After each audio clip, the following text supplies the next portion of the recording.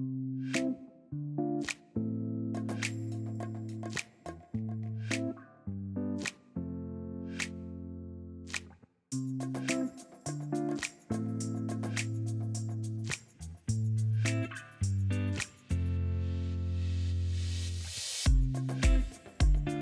bonjour à tous et à toutes, je me présente, moi c'est Salomé Cade, je travaille au Réseau Bretagne Solidaire, l'association qui porte financièrement et administrativement la 5e édition du forum international qui s'appelle Alimentation et territoire et on continue aujourd'hui les différents petits épisodes sur les acteurs et actrices de la transition agroécologique et alimentaire. Donc je suis actuellement avec Pierre Genet, paysan laitier en Mayenne, dans la ville de Haron. Pierre, est-ce que tu pourrais te présenter? Bonjour à tous, enchanté de se retrouver, sur l'exploitation. Je suis, Pierre Jeunet, 50 ans presque, installé depuis, 2001 sur une exploitation agricole, donc en Mayenne, avec un parcours, en amont, qui a été, scolaire avec un BTS en lycée agricole et quelques chantiers, rural, avec, l'association Amar, au Brésil, dans les années 98, jusqu'à 2001. Installé donc en 2001 sur une production laitière, d'une quarantaine d'hectares et 260 000 litres de lait dans un système conventionnel. Mon projet d'installation, très vite a glissé, sur beaucoup moins de cultures et beaucoup moins de maïs en silage pour passer sur des systèmes, herbagés et pâturer, au maximum et puis j'ai glissé gentiment, sans être, passé sur le cahier des charges bio, à utiliser de moins en moins de produits phytosanitaires sur l'exploitation et d'utiliser de plus en plus d'outils mécaniques, pour, l'entretien des cultures. Ceci étant dit, en 2016, je suis donc passé en bio, avec la coopérative Sodial, entre autres avec, sa marque Candialet, où, on recherchait, au sein de la coopérative des producteurs, laitiers bio avec une création d'une nouvelle filière au sein de la coopérative. De là donc, mon système a évolué, complètement, mais il avait évolué déjà sur le système herbe, avec une autonomie alimentaire, avec un système de production, laitier autonome complètement avec l'exploitation. J'ai rajouté aussi dans ma démarche, puisque j'ai été administrateur d'une coopérative, départementale pendant 15 ans, à ce et président du développement durable, puisque c'était un petit peu ça qu'on parlait dans les années 2000, le développement durable dans l'agriculture, qui a glissé aussi très gentiment sur l'agroécologie. Quelques réflexions sur l'exploitation en termes d'énergie. Donc un travail avait été fait pendant, presque 5 ans avec l'AgroParisTech, de Paris et avec, la ferme de l'INRA, sur les énergies en agriculture et dans les exploitations.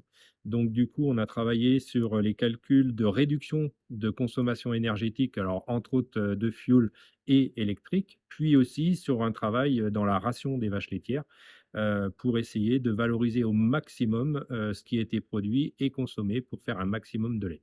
Donc ça a été un gros challenge et un gros travail qui a été fait, dans les années, 2000.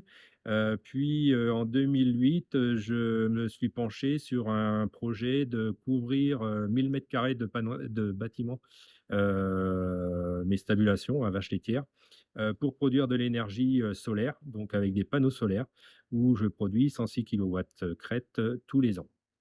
Voilà la présentation, succincte. Si je suis quand même on a oublié la surface, je suis sur un système herbe avec 70 hectares et aujourd'hui je produis au grand maximum dans les belles années, 230 000 litres de lait tout en bio. Tu faisais partie, Pierre, de la délégation bretonne française pour la 5e édition du forum international qui a eu lieu, en première partie au Brésil, donc du 16 au 18 novembre 2023.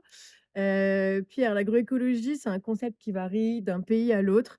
Quelle différence vois-tu entre la conception de l'agroécologie en France comparée à la conception agroécologie au Brésil? Alors c'est ce que je disais tout à l'heure un petit peu, c'est qu'on a connu, un peu d'évolution, dans les années 2000 avec le développement durable de l'agriculture, Puis on a glissé gentiment, alors c'est un peu de la communication, mais c'est aussi, de la définition de mots.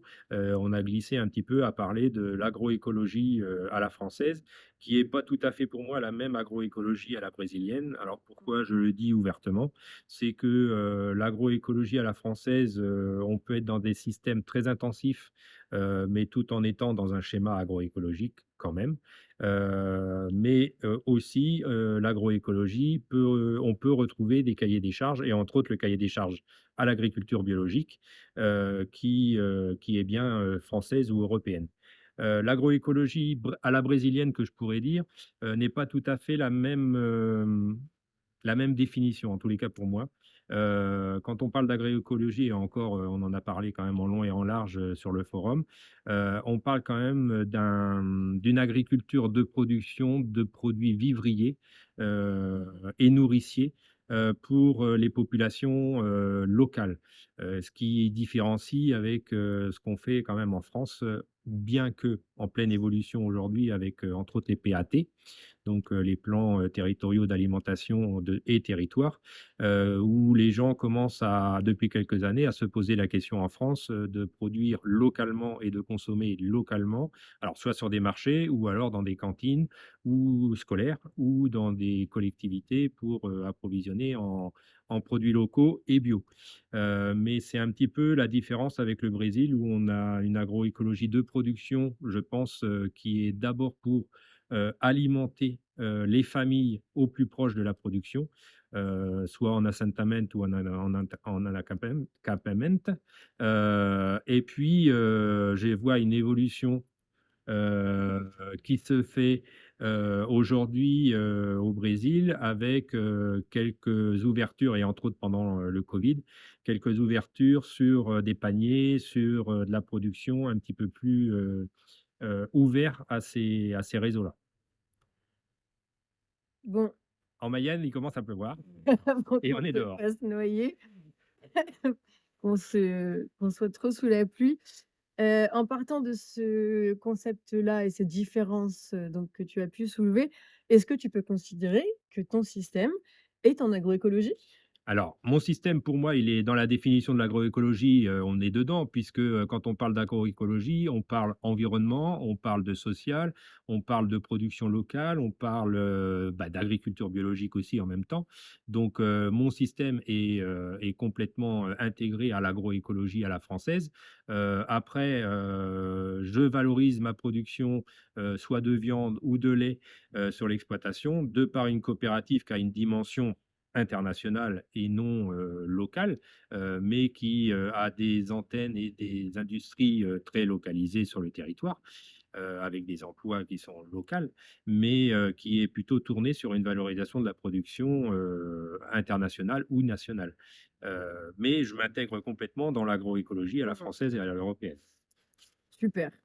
J'aurais une dernière question. Qu'est-ce qui, selon toi, pourrait faire avancer, en tout cas progresser, la transition agroécologique? Bah, je pense qu'elle est déjà annoncée, comme on a pu voir hier soir là sur différentes forums là en Bretagne. Je pense que, ça avance, très sérieusement, c'est ce que je disais tout à l'heure avec les PAT qui sont en réflexion dans toutes les communes et dans toutes les communautés de communes.